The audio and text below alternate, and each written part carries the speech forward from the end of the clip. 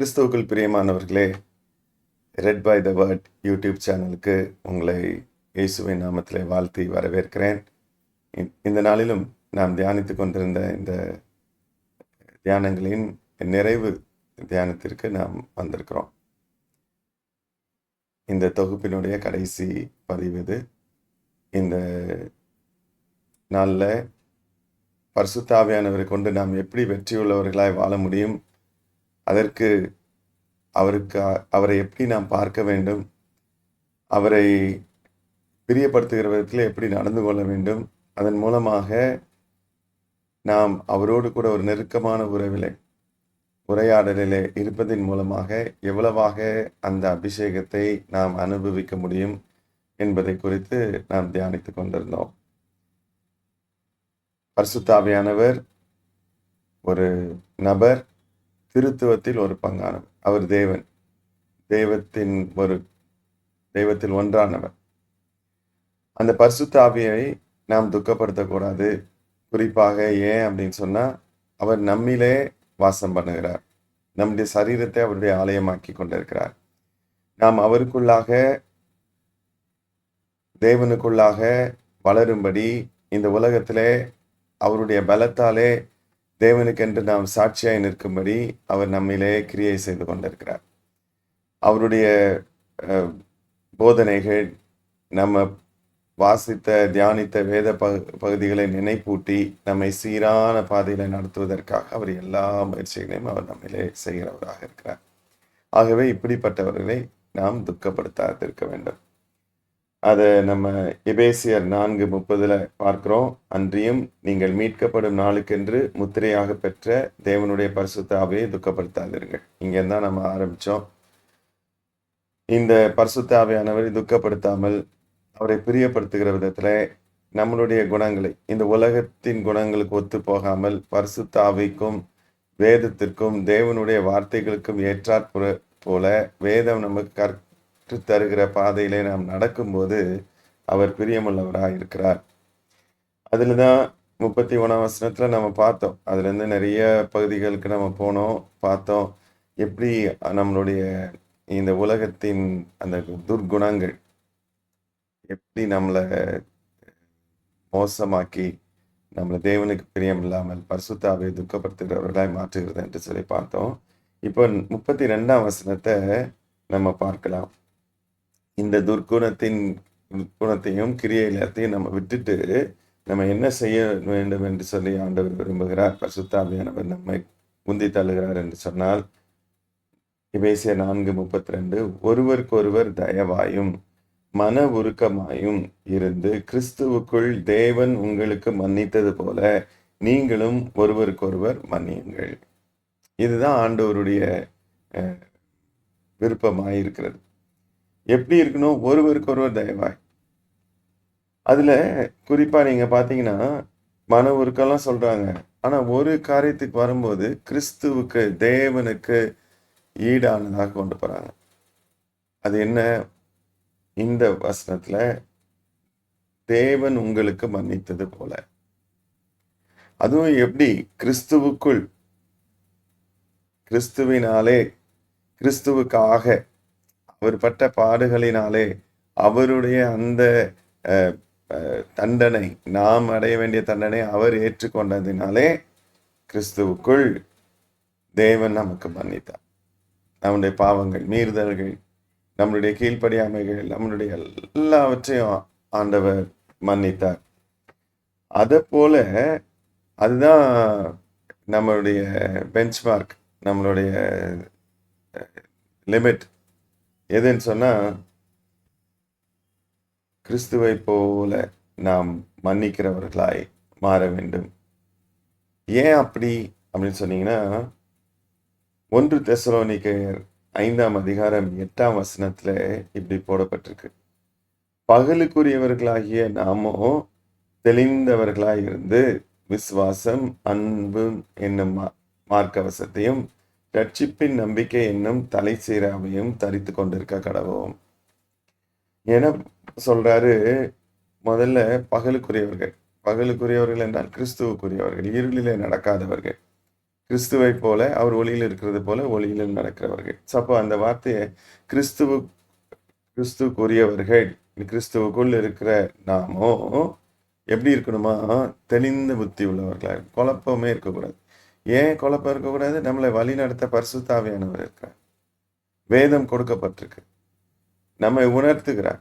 நம் பாதை காட்டுகிறார். என்ன செய்யணும், என்ன செய்யக்கூடாது என்று தெளிவாய் நடத்துகிற ஆவியானவர்.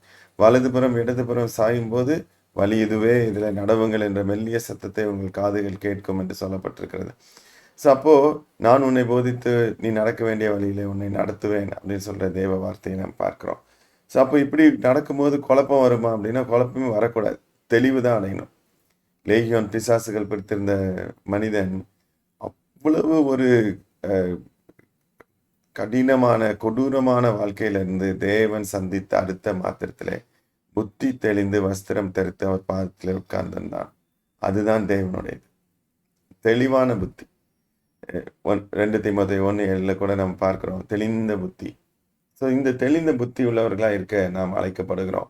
ரெண்டாவது, அந்த இதில் பார்த்தீங்கன்னா தெளிந்த புத்தி உள்ளவர்களாக இருந்து, அது மட்டும் போதாது, தெளிந்த புத்தி உள்ளவர்களாக இருந்து விசுவாசம் அன்பு என்னும் மார்க் கவசத்தையும், அதாவது நம்மளுடைய பாதுகாப்புக்காக பிரஸ்ட் பிளேட்டாக என்ன போட்டிருக்கணுமா? விசுவாசமும் அன்பும் இருக்கணுமா? நம்பிக்கை இருக்கணும். இந்த உலகத்துல நம்மளை அழைத்தவர் உண்மை உள்ளவர். அவர் நம்மளை கைவிட மாட்டார், விட்டு விலக மாட்டார். நமக்காக யாவையும் செய்து முடிப்பார். அவரால் கூடாத காரியம் ஒன்றுமில்லை. நம்ம இந்த பரலோக ராஜ்யத்தை தெரிந்து கொண்டதும் அறிந்து கொண்டதும் அடைய போவதும் அவராலே மாத்திரம்தான். அதனால அந்த நம்பிக்கை, விசுவாசம் நமக்கு வேணும். கிறிஸ்து ஒருவரே தேவன் என்கின்ற விசுவாசம். அடுத்தது அன்பு. தேவனிடத்திலும் முழு இருதயத்தோட அன்பு கூற வேண்டும். நம்மில் நாம் அன்பு கூறுவது போல பிறனிடத்திலும் நாம் அன்பு கூற அழைக்கப்பட்டிருக்கிறோம். ஸோ இந்த இந்த இந்த காரியம் அடுத்தது என்ன சொல்றது? ரட்சிப்பின் நம்பிக்கை என்னும் தலை சீராவையும் தரித்து கொள்ள கடவோம். ஸோ அப்போ இதில் முக்கியமான 2 காரியம் அப்படின்னு பார்த்தீங்கன்னா விசுவாசமும் அன்பும் குறிப்பிடப்பட்டிருக்கு. ஸோ இது நம்மகிட்ட இருக்குதா? இந்த அன்பு இருக்குதா அப்படின்னு சொல்லி நாம் சேர்ந்து பார்க்க வேண்டும். 1 தெசலோனிக்கேயர் 5:11 3 வசனம் கழிச்சு நீங்கள் அந்த 11ஆம் வசனத்தில் பார்த்தீங்கன்னா, ஆகையால் நீங்கள் செய்து வருகிறபடியே ஒருவரை ஒருவர் தேற்றி ஒருவருக்காக ஒருவர் பக்தி விருத்தி உண்டாகும்படி செய்யுங்கள். ஸோ அது ஆண்டவர் சொன்னார், உன்னை போல பிறனையும் நேசி அப்படிங்கும்போது அது ஏதோ ஓகே ஹாய் எப்படி இருக்க அப்படின்றது இல்லை.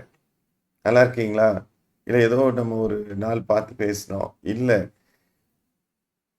நான் என்னை சுற்றிலும் இருக்கிறவர்களை, குடும்பத்தில் இருக்கிறவர்களை, சபையில் இருக்கிறவர்களை, என்னை நண்பனாக என்னை நோக்கி பார்க்கிறவங்களெல்லாம் பரலோக ராஜ்யத்தை பெறும்படி நான் அவங்கள தேற்றணும்.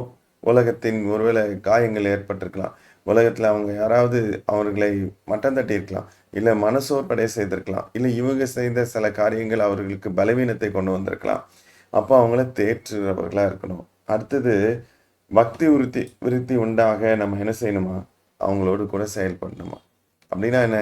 தேவனுடைய வார்த்தையை சொல்லி இப்படி செய்யாதீங்க, ஒருவேளை நீங்கள் இப்படியெல்லாம் செஞ்சனால இந்த மாதிரி வந்திருக்கலாம், இல்லை இப்படியே இருந்தாலும் பரவாயில்ல, நீங்கள் வேதம் காட்டுகிறபடி இப்படி நடங்க, தேவனுக்கு பயந்து நடங்க, தேவனை கனப்படுத்தி வாழுங்க அப்படின்னு நம்ம ஆலோசனை சொல்கிறவர்களாக இருக்கணும். ஒருவருக்கு ஒருவர் நம்ம எல்லாரும் சேர்ந்து வளர வேண்டும் என்று சொல்லி கர்த்தர் விரும்புகிறவராக இருக்கிறார்.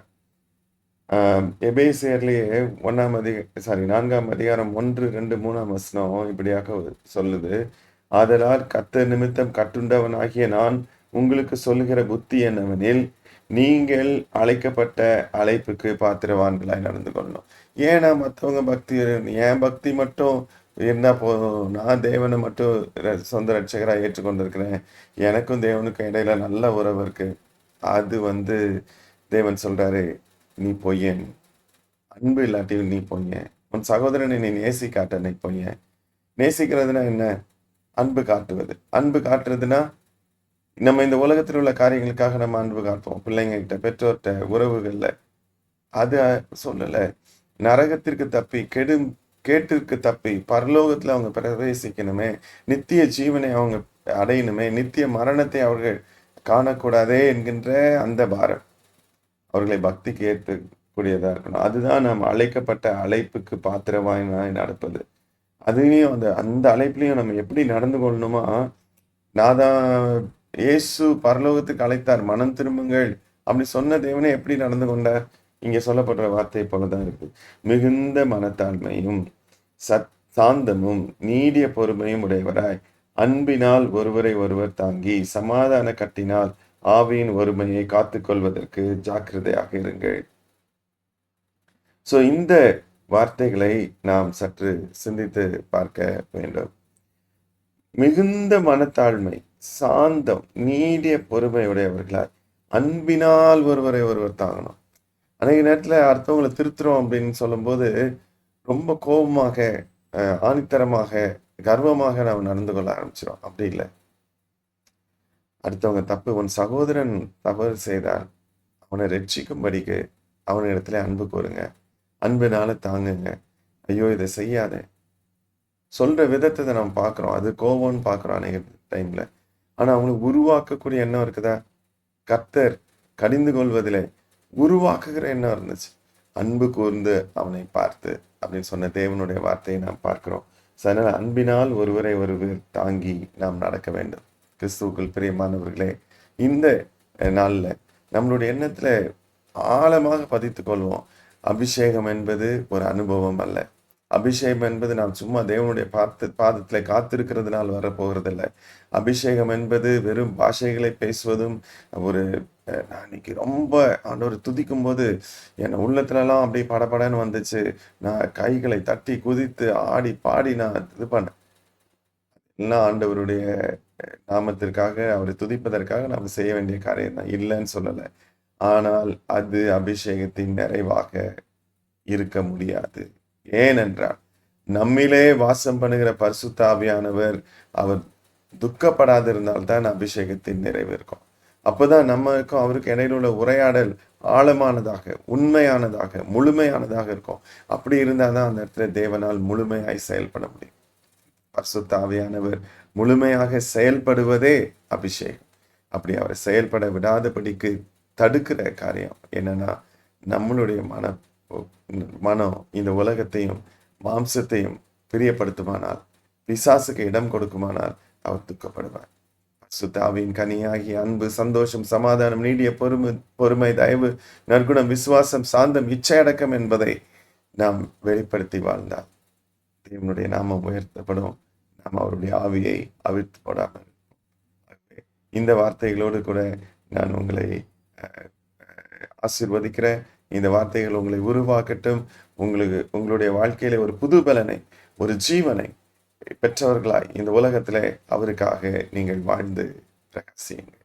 கண்களை மூடி ஆண்டவரை நோக்கி பார்க்க. எங்களை நேசிக்கிற நல்ல ஆண்டவரே, இந்த வேலைக்காக நாங்கள் நமக்கு நன்றி செலுத்துகிறோம். இத்தனை நாட்கள் ஆண்டவரே நாங்கள் இந்த தியானத்தை முன்னெடுத்து செல்லும்படியான கிருபையை கொடுத்தீர். ஆண்டவரே, அவைகளை நாங்கள் தியானித்து ஆண்டவரே நாங்கள் வெற்றி பெற்றவர்களாக, உம்மை போல் மறுரூபமாக்கப்பட்டவர்களாக, உம்மை பிரியப்படுத்துகிறவர்களாக, உம்முடைய பலத்தால் இடை கட்டப்பட்டவர்களாய் உமக்கென்று எழும்பி பிரகாசிக்க கிருபை தாரும். ஆண்டவரே, உம்முடைய அன்பின் கரங்களிலே எங்களை விட்டு தருகிறோம். நீர் ஆட்கொள்வீராக. இந்த வசனங்களை கேட்ட, தியானித்த ஒவ்வொருவரையும் நீர் பேர் பேராய் ஆசீர்வதித்து அவர்களை உமக்குள்ளாக எடுத்து நிறுத்தும். உம்முடைய சாட்சிகளாக, உப்பாக, ஒளியாக அவர்கள் பிரகாசிக்கட்டும். அநேகரை கர்த்தரண்டையிலே வழி நடத்தத்தக்கதாக தேவனுடைய குணாதிசயங்களை வெளிப்படுத்தி வாழ்ந்து உம்முடைய நாமத்தை உயர்த்துகிறவர்களாய் காணப்படட்டும். உம்முடைய வார்த்தையின் பிரகாரமாக ஆசீர்வதிக்கிறேன். மனைந்து கொள்ளும், உருவாக்கும், பயன்படுத்தும். துதிகன மகிமையாகவும் உமக்கே செலுத்தி இயேசுவின் நல்ல நாமத்தில் ஏறெடுக்கிறோம் ஜீவனுள்ள நல்ல பிதாவே. இத்தனை எபிசோட்ஸையும் வாசித்து, அதை கேட்டு, அதை தியானித்து பயணித்த உங்கள் ஒவ்வொருவரையும் இயேசுவின் நாமத்தில் வாழ்த்துகிறேன். இது உங்களுக்கு பிரயோஜனமுள்ளதாக இருந்திருக்கும் என்று நான் நம்புகிறேன். உங்களுக்கு ஏதாகிலும் கேள்விகள், சந்தேகங்கள், இன்னும் விளக்கங்கள் தேவைப்படுமானால் தயவுசெய்து நீங்கள் கமெண்ட்ஸ் செக்ஷனில் நீங்கள் சொல்லலாம். அதற்குண்டான பதிலை நான் உங்களுக்கு தர ஆயத்தமாக இருக்கிறேன். மீண்டுமாய் இன்னொரு சீரீஸில் நம்ம சந்திப்போம். அது வரைக்கும் தேவ கிருபை உங்களோடு இருந்து காத்து வழி நடத்தும்.